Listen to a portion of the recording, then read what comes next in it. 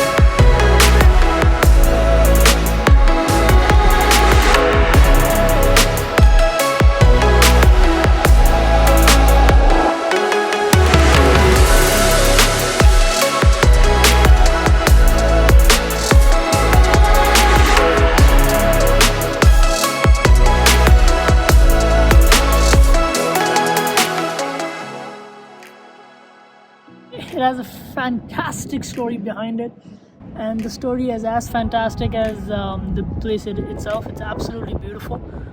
The story is that the main building, the architect who's building the place, when he built it, he realized that the middle tower was a little bit skewed to the right. When he realized that, he actually went on top of the building and jumped.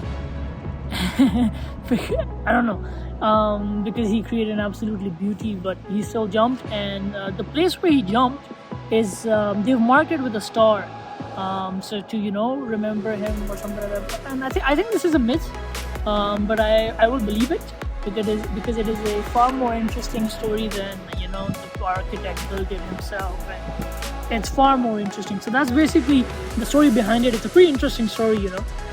Second place we're at here is the Mount de something. Yeah, it's the it is the Mount des Arts.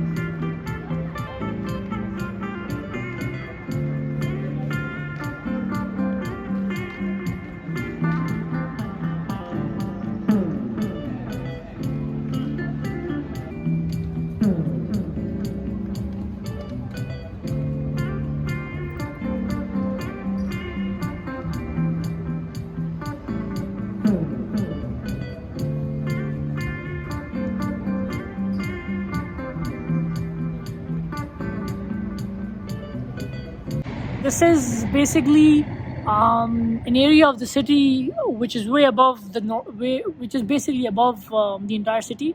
And the history behind it is that the royal family used to live here and used to look over the entire city, you know. So you know how in films and movies they have the royal family living all at the top, and then the lower down you go, the middle class, the lower class starts. I think this is a prime example of it.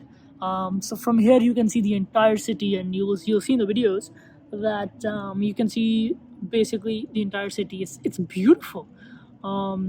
It's beautiful. The one thing about Brussels is that the architecture, the buildings, and I mean you can say this about every European city, but I've been to a lot in the Netherlands as well. But Brussels just has something special for some reason. It's very good.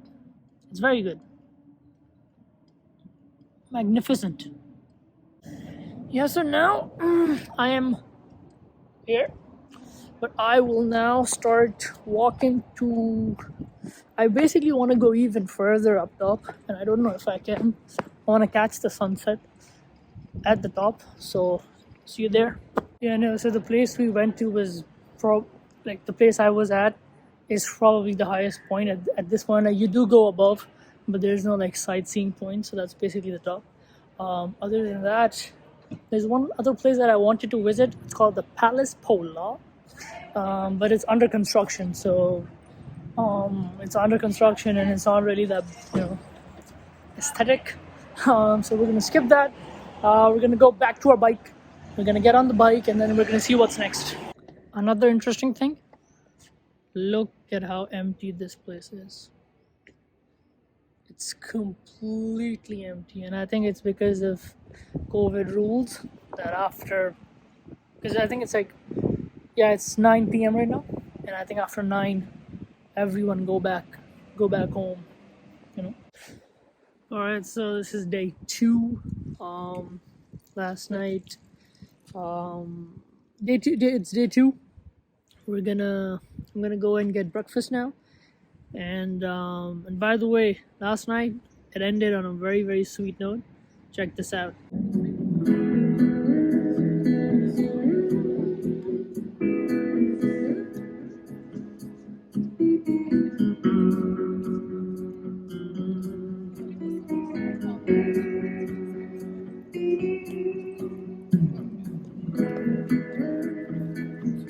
Beautiful, absolutely beautiful. It was an amazing sunset with the live performance. It was very cute.